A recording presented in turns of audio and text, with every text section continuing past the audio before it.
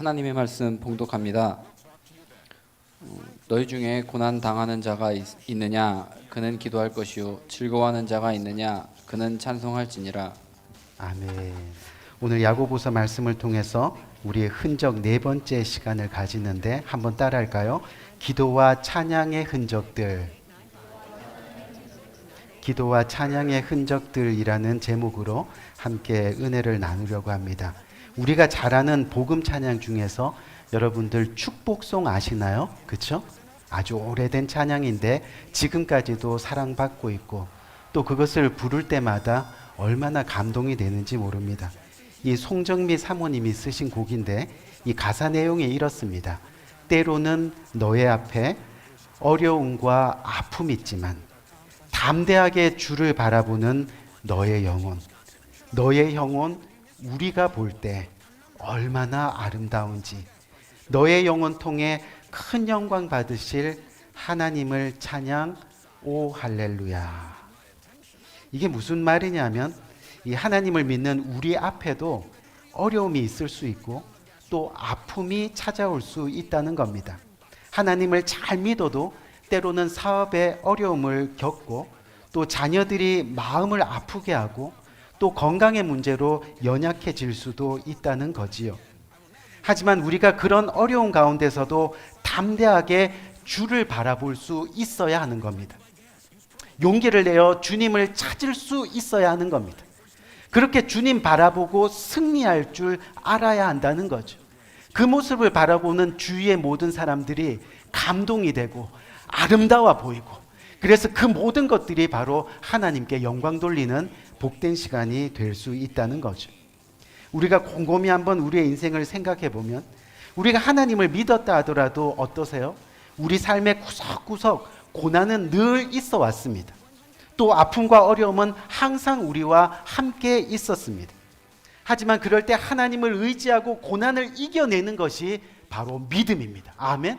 믿음입니다. 그리고 그 고난을 생각하며 다시 기도하고 또 찬양할 수 있는 것이 바로 참된 저와 여러분들의 신앙의 모습이 된다는 것을 우리는 기억해야 하는 거죠. 여러분께 제가 누누이 말씀을 드렸지만 세상에서 우리의 인생사를 뭐라고 이야기한다고 했죠? 기억나시나요? 바로 생로병사라고 그렇게 이야기를 합니다. 이게 무슨 뜻이냐 하면 우리의 삶은 반드시 태어나서 또 반드시 죽음을 맞이하는데 태어나고 죽는 그 사이에 필연적으로 늙고 병들고 하는 시간이 있다는 겁니다. 그것이 생로병사입니다. 그것이 바로 우리 인생을 가리키는 말이라는 거죠. 그래서 성경도 인생의 고난을 이야기하고 있습니다. 오늘 본문을 한번 볼까요? 오늘 본문을 보니까 뭐라고 이야기합니까? 저와 여러분들에게 이런 질문을 던지는데 너희 중에 고난당한 자가 있느냐라고 그렇게 말씀하고 있습니다. 사랑하는 성도님들, 우리들 중에 그 누가 이 질문에 감히 No, 아니요 라고 대답할 수 있겠냐는 겁니다. 저마다 환경 속에서 고난이 있습니다. 이 육체적인 고난이 있을 수 있고 정신적인 고난이 있을 수 있고 또 건강의 문제로 고난을 당하기도 하고 자녀의 문제로 고난을 당하기도 합니다. 경제적인 문제로 고난을 당하기도 하고 뿐만 아니라 인간관계의 고난도 있고 특별히 하나님을 믿는 저와 여러분들에게는 육체적인 고난뿐만이 아니라 바로 영적인 고난도 있다는 것을 우리는 기억해야 됩니다. 극복하지 못하는 영적 갈등이 저와 여러분들의 심령 가운데 지금도 있을 수 있다는 이야기죠. 여러분, 돈이 많다고 고난이 없는 것은 아닙니다. 또 배운 것이 많다고 해서 고난이 없는 것은 아닙니다. 건강하다고 해서 고난이 없는 것은 아닙니다. 다시 말해서 이 세상에 다 이루었다 해도 고난 없이 살아갈 수 인생은 없다는 것을 우리는 기억해야 한다는 거죠. 생로병사, 바로 반드시 태어나서 죽는 사이에 병들고 늙고 하는 고난이 모든 사람들에게 찾아온다는 그런 이야기입니다. 하지만 분명한 것은 아무리 공부를 많이 했다 하더라도 시험이라는 고난을 치르지 않고서는 절대로 높은 학년으로 올라가지 못합니다. 자격증도 얻을 수 없습니다. 법관이 되기 위해서 어려운 시험의 고난을 이겨내야 됩니다. 의사가 되기 위해서 정말로 고난의 시험을 그것을 이겨내야 됩니다. 제가 무슨 이야기를 하느냐 하면요, 우리의 믿음도 시험의 고난을 거칠 때 비로소 우리가 온전한 그리스도인이 될 수 있다는 겁니다. 그때 축복의 길이 열리고 더 이상 흔들리지 않는 믿음의 반석이 되는 겁니다. 결국 구원이 나의 것이 된다는 거죠. 아무리 교회 10년, 20년 그렇게 다녀도 고난을 회피하고 특히 영적인 고난을 어려워해서 외면하면 우리의 신앙은 언제나 그 자리에 머무를 수밖에 없다는 겁니다. 무슨 이야기입니까? 믿음의 성장이 이루어질 수 없다는 겁니다. 여러분, 이 예배만 드린다고 해서 신앙이 자라는 것이 절대 아닙니다. 10년, 20년 예배 드린 사람들을 한번 지켜보세요. 예배는 드리는데 예배에 찬양이 없습니다. 예배 안에 제사가 있는데 마음을 다해서 헌금도 못 드립니다. 제사장의 축복 기도는 하나님의 언약인데 기도도 받지 못하고, 예수님이 친히 제자들에게 베풀어 주신 펠로십, 이 교제의 시간은 예배의 완성인데도 그 자리에 우리는 있지 않습니다. 봉사도 없고 섬김도 없고. 무슨 뜻입니까? 우리 사랑하는 성도님, 고난을 뛰어넘어야 성장하듯이 시험을 통과해야 거룩해지는 겁니다. 또 예배 안에서 성도들의 신앙의 도전을 순종함으로 뛰어넘어야지 우리가 온전하고 조금도 부족함이 없는 그런 승리의 인생, 구원의 인생을 얻을 수 있게 된다는 거죠. 여러분, 오늘 본문의 배경이 바로 이와 같은 내용입니다. 오늘 본문은요, 여러분 당시 흩어져 있던 12지파의 성도들에게 보내진 그런 서신서입니다. 그런데 이 서신서가 이 보내진 이유가 뭐냐면 이 성도들이 지금 어려움을 당하고 있는 상황이기 때문이란 것. 근데 그 어려움이 보통 어려움이 아닙니다. 고난도 어마어마합니다. 어떤 일이 벌어졌냐면요, 당시에 지금의 야고보서 서신을 읽고 있는 성도들이 대부분은 원래는요 성실하게 믿음을 지키며 살아왔던 사람들입니다. 선하고 착하게 하나님의 영광을 드러내고요, 또 하나님의 축복을 누리며 대부분 부유하게 잘 살았습니다. 사랑이 넘쳤습니다. 나눌 줄 아는 사람이었습니다. 뿐만 아니라 하나님이 가장 기뻐하시는 교회를 세워가는 그런 사람들이었습니다. 그런데 그렇게 예수 믿는다는 이유 때문에 고향에서 쫓겨나는 그런 어려운 상황을 겪게 되었습니다. 그래서 직업을 잃게 되었습니다. 재산을 빼앗겼습니다. 그래서 밥까지 굶는 그런 지경에 이르렀습니다. 더 가슴 아픈 것은요, 믿음 좋다는 이유로 남편이 사자에게 찢겨져 죽어가는 겁니다. 또 신앙 지키겠다는 이유로 자식이 사람들 앞에서 불에 타 죽는 화형을 지금 당하고 있는 겁니다. 또 병이 들었는데도 약 한 번 제대로 써보지 못하고 그렇게 죽어가고 있습니다. 예수 믿는다는 이유 하나 때문에 그 엄청난 고난을 지금 당하고 있다는 거죠. 그런 상황이 되다 보니까요, 이 믿음을 버리고 하나님을 떠나는 사람들이 생겼습니다. 또 신앙을 내려놓고 교회를 등지는 사람들이 생겼습니다. 반면에 끝까지 고난을 이겨내며 믿음을 지키는 사람들도 있습니다. 마치 우리가 코로나의 어려운 고난 가운데서도 믿음을 지키면서 이 교회를 세워갔듯이 말이죠. 그래서 지금 이 당시 초대교회의 목사로서 성도들과 함께 고난을 당하며 살아가던 이 야고보가 지금 고난에 빠져있는 성도들에게 마음을 다해서 하나님의 말씀을 전하고 있는 거예요. 어떻게 해요? 너희 중에 고난당하는 자가 있느냐? 저는 기도할 것이요. 아멘. 너희 중에 즐거워하는 자가 있느냐? 저는 찬송할지니라. 아멘. 우리 사랑하는 성도님들, 이게 무슨 말이냐면 영적으로 나에게 지금 시험이 왔다. 또 현실적으로 내 가정에 고난이 들어왔다. 교회가 지금 어려움이 생겼다. 그때 내가 그 상황에서 할 수 있는 가장 최선이 무엇이냐 하는 이야기입니다. 그냥 하나님을 떠나면 그만이죠. 그냥 교회 등지고 쳐다보지 않으면 그만입니다. 하지만 그런 상황에서 신앙을 지키며 기도할 수 있느냐? 그런 상황에서 믿음을 지키며 찬양할 수 있느냐? 아멘? 그거를 지금 물어보고 있는 거죠.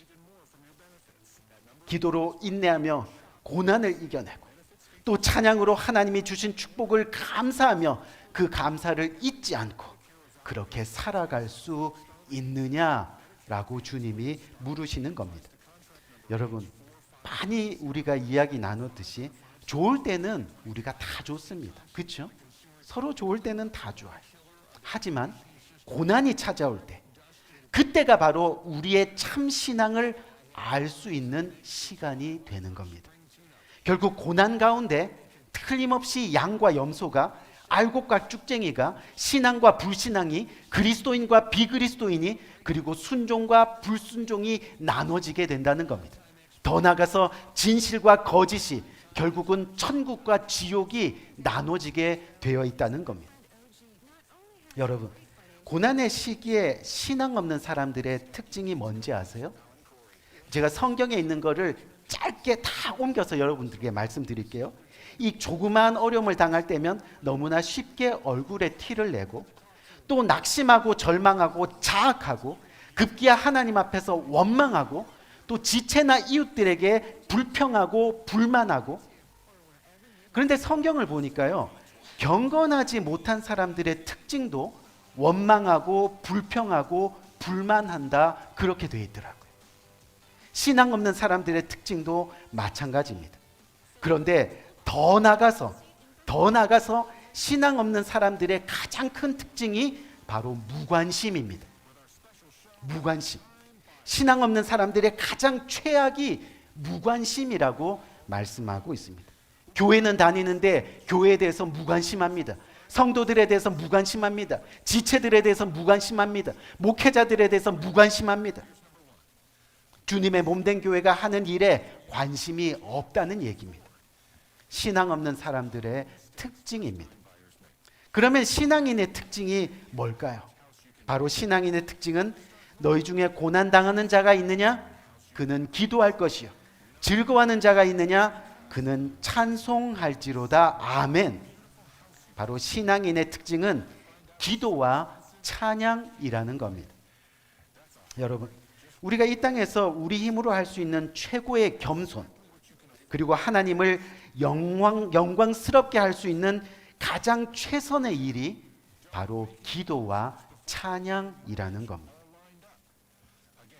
결국 그리스도인이 살아가는 태도는요, 고난을 운명적으로 받아들이는 것도 아니고요, 또 불신앙인들처럼 하나님께 원망하고 이웃에게 불평하고 또 자신을 향해서 쉽게 자학하고 하는 그런 태도도 아니고요, 바로 그리스도인들은 기도와 찬양이라는 겁니다. 아멘. 기도와 찬양이라는 것. 내가 지금 행복할 때도 기도와 찬양이 있고, 내가 지금 불행하고 가슴이 아파할 때도 기도와 찬양이 있는 겁니다. 아멘. 그리스도인의 변함없이 갖춰야 될 태도가 바로 기도와 찬양이라는 거죠. 고난의 때에는 더더욱 기도하는 겁니다. 기도는 그리스도인만이 할 수 있는 거룩한 임무이고 특권입니다. 그리고 하나님 앞에 요구할 수 있는 권리를 가진 사람들이기 때문입니다. 당당히 주님 앞에 나갈 수 있는 하나님의 자녀만이 할 수 있는 그런 보배로운 겁니다. 여러분, 문제가 생길 때마다 기도하는 겁니다. 하나님 앞에 당당히 나갈 수 있는 겁니다. 그리고 또 우리의 삶이 형통할 때는 뭐를 합니까? 바로 찬양을 하는 겁니다. 대부분 삶이 형통할 때, 다시 말해 걱정이 없고 하는 일이 잘 되고 그래서 물질의 어려움도 없고 그러다 보면요, 여러분 틀림없이 하나님과 멀어집니다. 여러분들이 세상 가운데 점점 부유해지고요, 점점 세상 가운데 성공하고 세상 가운데 잘 살아가다 보면 겸손한 사람도 있겠지만 대부분 하나님을 찾지 않습니다. 하나님과 멀어지는 겁니다. 그렇기 때문에 우리 삶에 찬양이 있어야 한다는 겁니다. 왜요? 찬양은 하나님께 감사를 지키는 마음입니다. 하나님께 감사하지 않으니 우리 삶 가운데 찬양이 없다는 말도 되겠지요. 죄로부터 타락하지 않는 영적 파수꾼, 그것이 바로 내 마음을 지키는 찬양입니다. 그렇게 우리 삶에 기도와 찬양의 흔적을 남기면서 우리는 살아가야 하는 거죠. 그렇기 때문에 우리 삶에 어려움이 있거나 형통함이 있거나 우리는 변함없이 하나님을 찬양합니다. 기도합니다. 그것이 바로 하나님을 믿는 겁니다. 그래서 이 기도와 찬양은요, 우리가 어떠한 상황에서도 그리스도인이라는 이 정체성을 일깨워주는 신앙의 흔적들이라는 것을 우리는 기억해야 하죠. 제가 어릴 때, 아마 저랑 나이 또래가 우리 성도님은 거의 비슷한 것 같아요. 그렇죠? 제가 어릴 때 동네에 이 방앗간들이 되게 많았습니다. 아주 방앗간들이. 그래서 명절 때만 되면 이 방앗간 기계에서 가래떡이 나옵니다. 가래떡. 가래를 하니까 가래를 뱉으려고 지금 이 가래가 나오는데, 이 김이 모락모락 나는 이 따끈한 이 가래떡을요, 여러분 이 소금 참기름장, 그렇죠? 갑자기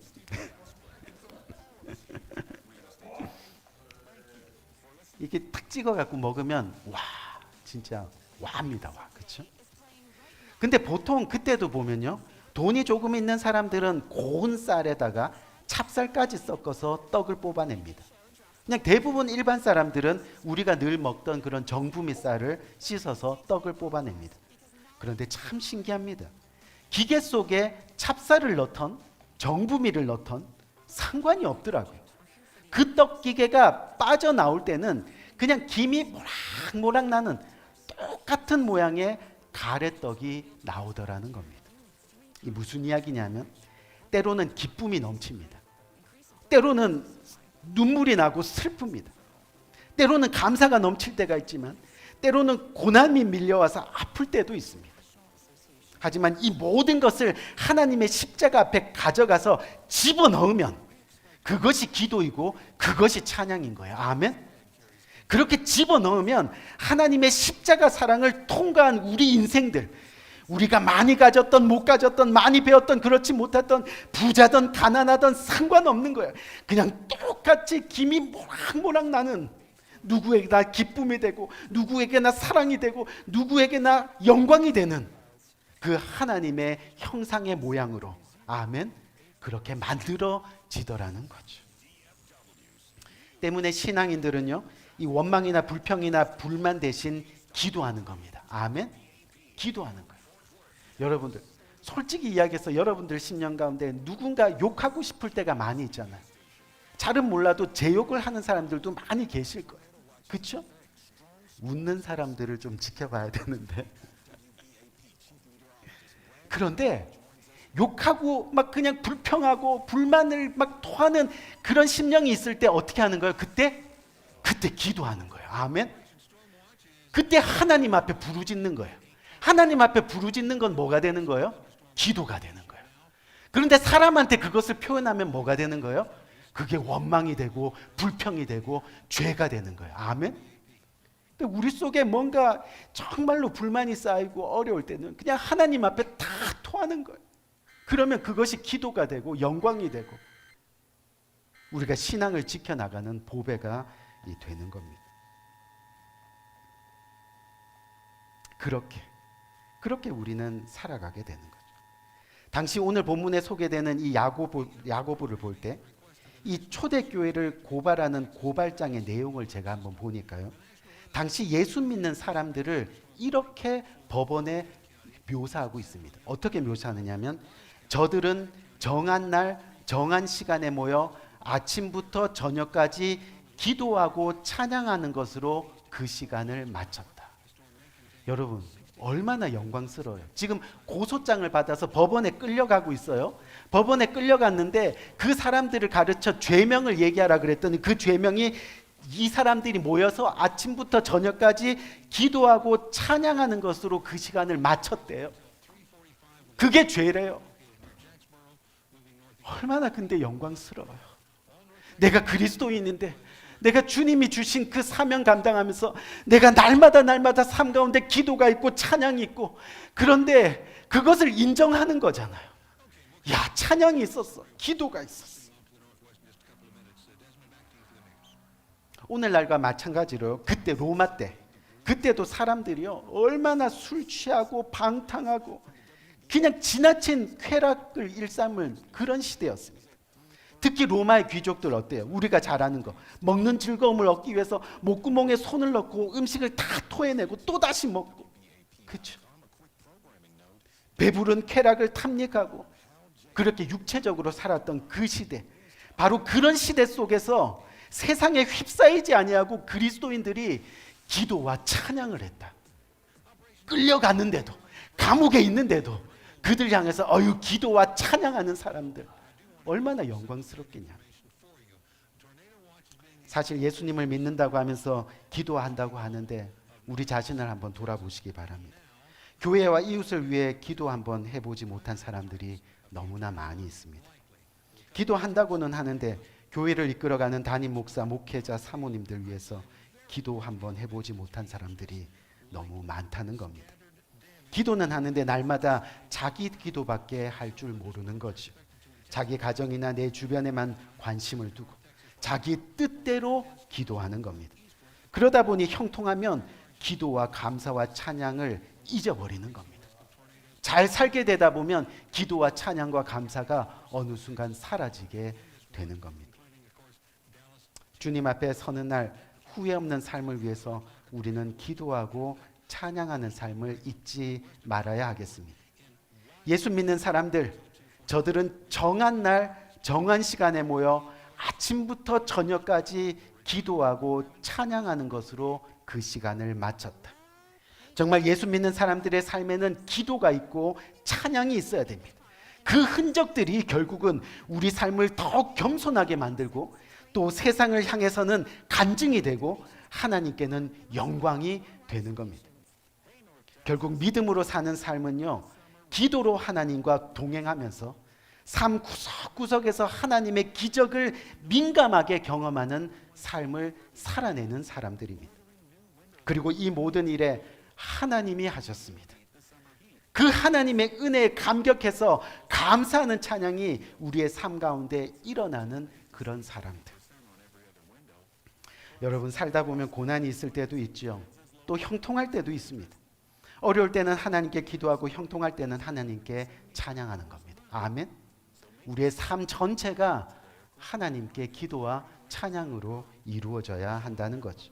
한마디로 성도는 기도와 찬양을 잊어서는 안 됩니다. 삶 속에서 기도와 찬양이 있으면 우리의 삶은 절대 흔들리지 않습니다.